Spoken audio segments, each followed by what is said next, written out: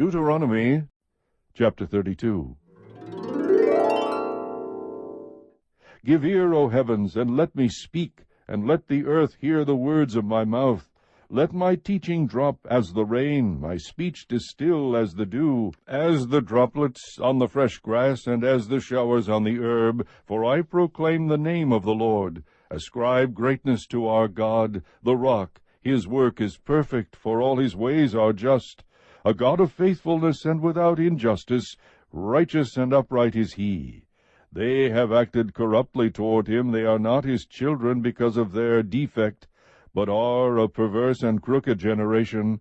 Do you thus repay the Lord, O foolish and unwise people? Is not he your father who has bought you? He has made you and established you. Remember the days of old. Consider the years of all generations. Ask your father, and he will inform you, your elders, and they will tell you. When the Most High gave the nations their inheritance, when he separated the sons of man, he set the boundaries of the peoples according to the number of the sons of Israel. For the Lord's portion is his people. Jacob is the allotment of his inheritance. He found him in a desert land, and in the howling waste of a wilderness. He encircled him, he cared for him, he guarded him as the pupil of his eye. Like an eagle that stirs up its nest, that hovers over its young, he spread his wings and caught them. He carried them on his pinions. The Lord alone guided him, and there was no foreign god with him. He made him ride on the high places of the earth, and he ate the produce of the field. And he made him suck honey from the rock, and oil from the flinty rock, curds of cows, and milk of the flock, with fat of lambs and rams, the breed of Bashan, and goats, with the finest of the wheat, and of the blood of grapes you drank wine. But Jeshurun grew fat and kicked. You are grown fat, thick, and sleek. Then he forsook God, who made him, and scorned the rock of his salvation. They made him jealous with strange gods. With abominations they provoked him to anger. They sacrificed to demons who were not God, to gods whom they have not known, new gods who came lately, whom your fathers did not dread. You neglected the rock who begot you, and forgot the God who gave you birth. The Lord saw this, and spurned them, because of the provocation of his sons and daughters. Then he said, I will hide my face from them. I will see what their end shall be, for they are a perverse generation, sons in whom is no faithfulness. They have made me jealous with what is not God. They have provoked me to anger with their idols. So I will make them jealous with those who are not a people. I will provoke them to anger with a foolish nation, for a fire is kindled in my anger, and burns to the lowest part of Sheol, and consumes the earth with its yield, and sets on fire the foundations of the mountains. I will heap misfortunes on them. I will use my arrows on them. They will be wasted by famine, and consumed by plague and bitter destruction. And the teeth of beasts I will send upon them, with the venom of crawling things of the dust. Outside the sword will bereave, and inside terror, both young man and virgin, the nursling with the man of gray hair. I would have said, I will cut them to pieces, I will remove the memory of them from men, had I not feared the provocation by the enemy, that their adversaries would misjudge, that they would say, Our hand is triumphant, and the Lord has not done all this. For they are a nation lacking in counsel, and there is no understanding in them. Would that they were wise, that they understood this, that they would discern their future. How could one chase 1,000, and 2 put 10,000 to flight, unless their rock had sold them, and the Lord had given them up? Indeed, their rock is not like our rock. Even our enemies themselves judge this. For their vine is from the vine of Sodom, and from the fields of Gomorrah. Their grapes are grapes of poison, their clusters bitter. Their wine is the venom of serpents, and the deadly poison of cobras. Is it not laid up in store with me, sealed up in my treasuries? Vengeance is mine, and retribution. In due time their foot will slip, for the day of their calamity is near, and the impending things are hastening upon them. For the Lord will vindicate his people, and will have compassion on his servants, when he sees that their strength is gone, and that there is none remaining, bond or free. And he will say, Where are their gods, the rock in which they sought refuge? who ate the fat of their sacrifices, and drank the wine of their drink offering. Let them rise up and help you, let them be your hiding place. See now that I am he, and there is no God besides me. It is I who put to death and give life. I have wounded, and it is I who heal, and there is no one who can deliver from my hand. Indeed, I lift up my hand to heaven, and say, as I live forever, if I sharpen my flashing sword, and my hand takes hold on justice, I will render vengeance on my adversaries, and I will repay those who hate me.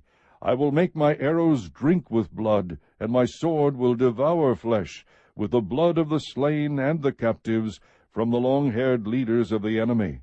Rejoice, O nations, with his people, for he will avenge the blood of his servants, and will render vengeance on his adversaries, and will atone for his land and his people.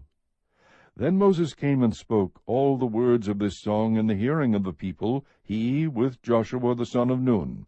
When Moses had finished speaking all these words to all Israel, he said to them, Take to your heart all the words with which I am warning you today, which you shall command your sons to observe carefully, even all the words of this law. For it is not an idle word for you, indeed it is your life.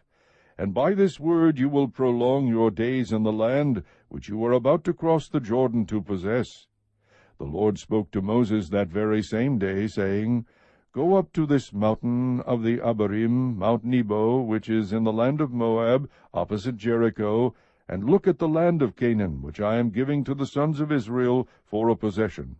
Then die on the mountain where you ascend, and be gathered to your people, as Aaron your brother died on Mount Hor, and was gathered to his people.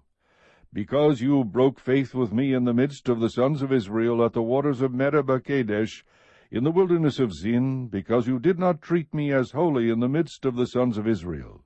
For you shall see the land at a distance, but you shall not go there, into the land which I am giving the sons of Israel.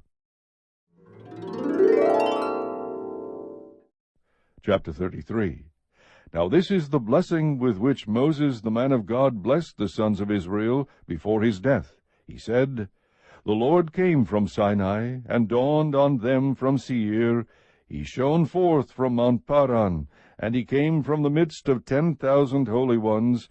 At his right hand there was flashing lightning for them. Indeed, he loves the people. All your holy ones are in your hand, and they followed in your steps. Every one receives of your words. Moses charged us with the law, a possession for the assembly of Jacob, and he was king in Jeshurun, when the heads of the people were gathered, the tribes of Israel together. May Reuben live and not die, nor his men be few. And this regarding Judah, so he said, Hear, O Lord, the voice of Judah, and bring him to his people.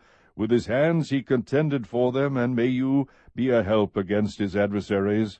Of Levi he said, Let your Thummim and your Urim belong to your godly man, whom you proved at Massah, with whom you contended at the waters of Meribah, who said of his father and his mother, I did not consider them. And he did not acknowledge his brothers, nor did he regard his own sons, for they observed your word, and kept your covenant. They shall teach your ordinances to Jacob, and your law to Israel. They shall put incense before you, and hold burnt offerings on your altar. O Lord, bless his substance, and accept the work of his hands. Shatter the loins of those who rise up against him, and those who hate him, so that they will not rise again. Of Benjamin he said, May the beloved of the Lord dwell in security by him, who shields him all the day, and he dwells between his shoulders. Of Joseph he said, Blessed of the Lord be his land, with the choice things of heaven, with the dew, and from the deep lying beneath, and with the choice yield of the sun, and with the choice produce of the months, and with the best things of the ancient mountains, and with the choice things of the everlasting hills, and with the choice things of the earth and its fullness, and the favor of him who dwelt in the bush. Let it come to the head of Joseph, and to the crown of the head of one distinguished among his brothers. As the firstborn of his ox, majesty is his, and his horns are the horns of the wild ox. With them he will push the peoples, all at once to the ends of the earth. And those are the 10,000s of Ephraim, and those are the thousands of Manasseh.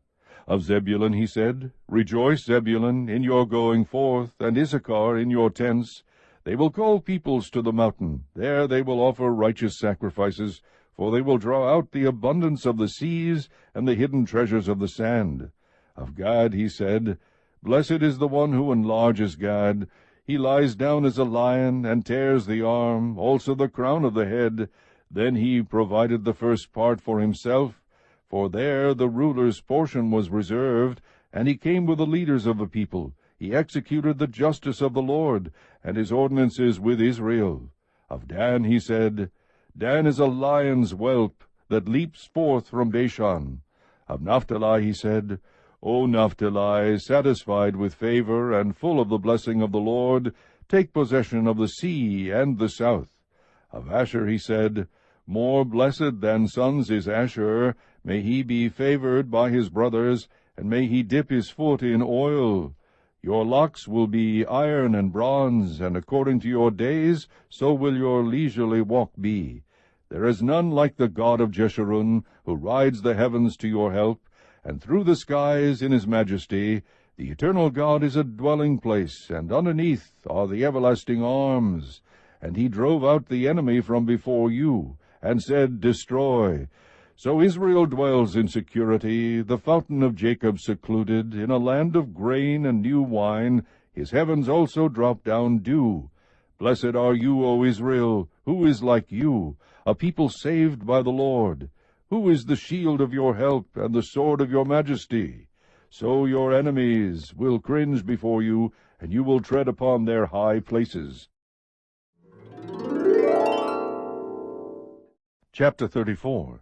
Now Moses went up from the plains of Moab to Mount Nebo, to the top of Pisgah, which is opposite Jericho.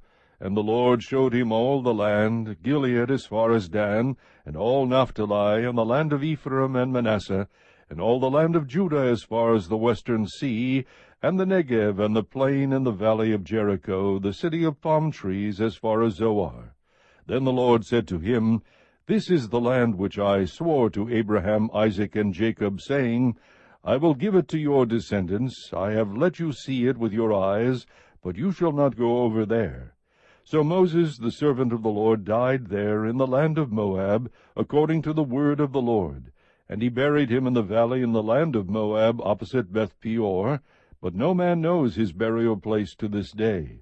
Although Moses was 120 years old when he died, his eye was not dim, nor his vigor abated.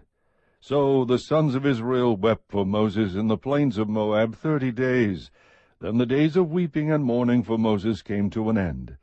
Now Joshua the son of Nun was filled with the spirit of wisdom, for Moses had laid his hands on him, and the sons of Israel listened to him, and did as the Lord had commanded Moses.